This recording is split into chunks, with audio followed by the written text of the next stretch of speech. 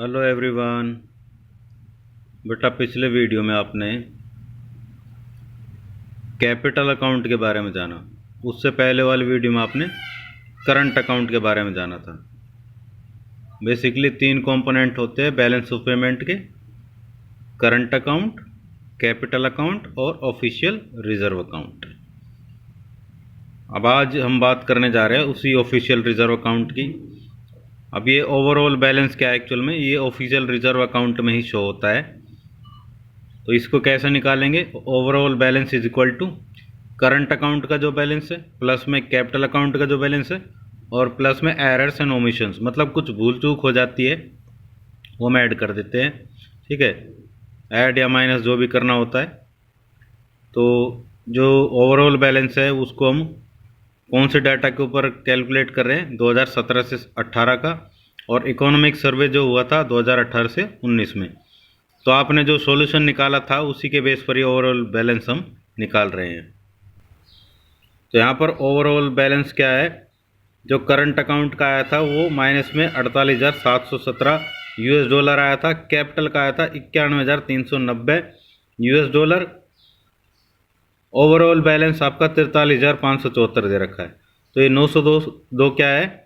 Estimated value of errors and omissions. तो यहाँ पर ये ओवरऑल बैलेंस निकल के आ जाता है, जो कि ऑफिशियल रिजर्व अकाउंट में ही फाइनली शो होता है, क्योंकि सारी जो एडजस्टमेंट होनी है वो इसी अकाउंट के थ्रू होनी है और बेसिकली इस पर कंट्रोल होता है आरबीआई का। अब है ऑफिशियल रिजर्व अकाउंट, ब्रैकेट में दिया हुआ indicating reserves of forex with the RBI. Forex का मतलब फॉरेन एक्सचेंज, यानी कि फॉरेन करेंसी, कि आरबीआई के पास फॉरेन करेंसीज का कितना स्टॉक, कितना रिजर्व है। ठीक है, तो ओवरऑल जो बैलेंस है वो ऑफिशियल रिजर्व अकाउंट है जो कि आरबीआई का, उसी में शो होता है। और जितनी भी फॉरेन एक्सचेंज की ट्रांजैक्शंस है वो आरबीआई के थ्रू की जाती है, उसके थ्रू ही रूट होता है उनका। तो ओवरऑल बैलेंस पॉजिटिव भी हो सकता है, नेगेटिव भी हो सकता है। अगर पॉजिटिव होगा तो ऑफिशियल रिजर्व यानी कि फॉरेन एक्सचेंज के जो रिजर्व है वो बढ़ेंगे, क्योंकि पॉजिटिव का मतलब है हमें पैसा ज़्यादा मिला है और पेमेंट हमने कम की है। और नेगेटिव का मतलब है पेमेंट हमारी ज़्यादा हुई है, रिसीट्स हमारी कम हुई है, तो इसी वजह से वो नेगेटिव है। इससे हमारा ऑफिशियल रिजर्व का जो स्टॉक है वो घटेगा। अब यहाँ पर एक इम्पोर्टेंट ऑब्जर्वेशन दे रखी है related to official reserve account. कई बार क्या करते हैं, ऑफिशियल रिजर्व अकाउंट को हम कैपिटल अकाउंट का एक पार्ट शो करते हैं बजाय इसके कि अलग से दिखाने की, यानी कि कैपिटल अकाउंट का एक पार्ट होता है। अगर वो कैपिटल अकाउंट का पार्ट है तो बीओपी बैलेंस ऑलवेज पॉजिटिव होगा। कैसे? अगर बीओपी पॉजिटिव है तो आप क्या करोगे? Decrease forex reserve. इसका मतलब क्या है? आप रेस्ट ऑफ द वर्ल्ड को लोन दे दोगे, आपके पास पैसा ज़्यादा आ गया तो आप लोन दे सकते हो। अगर बीओपी नेगेटिव हुआ तो इंक्रीज फॉरेक्स रिजर्व, तो आपको लोन लेना पड़ जाएगा, तो आपके रिजर्व बढ़ेंगे। राइट? तो यहाँ पर ये अलग अलग डाटा दिया हुआ है, वो इकोनॉमिक सर्वे वही है। तो ये एक्सपोर्ट्स, इंपोर्ट्स, ट्रेड बैलेंस, ठीक है, इनविजिबल्स, ये सर्विसेज का जो होता है, ये करंट अकाउंट का बैलेंस है, कैपिटल अकाउंट का balance, errors and omissions, overall balance. अब यहाँ पर ऑफिशियल रिजर्व दे रखा है, क्योंकि ओवरऑल बैलेंस आपका पॉजिटिव आया है तो ऑफिशियल रिजर्व में क्या होगा, उसको घटा दिया जाएगा, यानी कि आप ये लोन दे रहे हो एक तरीके से, या आप रेस्ट ऑफ द वर्ल्ड को लोन दे रहे हो। तो यहाँ पर ये ऑफिशियल रिजर्व ये एज अ पार्ट दिखाया गया है। Right? So BOP is equal to ये आ जाएगा आपका 0, यानी कि परफेक्ट बैलेंस।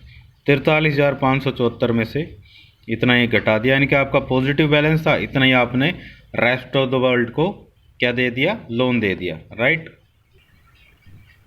जब ऑफिशियल रिजर्व को कैपिटल अकाउंट के पार्ट की तरह नहीं दिखाया जाता तो उसको इस टेबल में नहीं दिखाकर टेबल के नीचे बिलो द लाइन दिखाया जाएगा। ठीक है, तो वहाँ पर या तो सरप्लस होगा या डेफिसिट होगा। जैसे अभी 43,574 सरप्लस था। ठीक है, तो ये इसमें बेसिकली सरप्लस किसकी वजह से होगा? करंट अकाउंट का सरप्लस प्लस में कैपिटल अकाउंट का सरप्लस, और जहाँ पर ऑफिशियल रिजर्व इसका कैपिटल अकाउंट का पार्ट नहीं है। डेफिसिट हो सकता है, डेफिसिट में भी सेम चीज़ है, दोनों अकाउंट का डेफिसिट प्लस कर देंगे, और यहाँ पर भी ऑफिशियल रिजर्व जो है कैपिटल अकाउंट का पार्ट नहीं है। तो यहाँ पर एक नोट है भाई, अगर कैपिटल अकाउंट का पार्ट है तो उस टेबल में दिखाया जाएगा अबव द लाइन, ठीक है।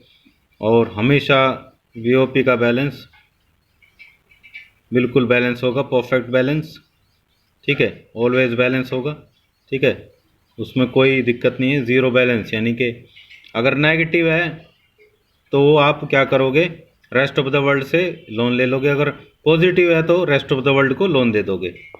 लेकिन जब official reserve account capital account का पार्ट नहीं है तो इसको उस टेबल में नहीं दिखाकर बिलो द लाइन यानी कि उस टेबल के नीचे दिखाया जाएगा, तो वहाँ पर या तो सरप्लस होगा या डेफिसिट होगा, राइट।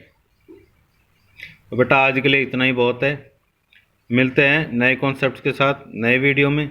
तब तक के लिए आप बने रहे हमारे चैनल अकाउंट्स एंड इको हमसे सीखो पर। तब तक के लिए बाय बाय, टेक केयर।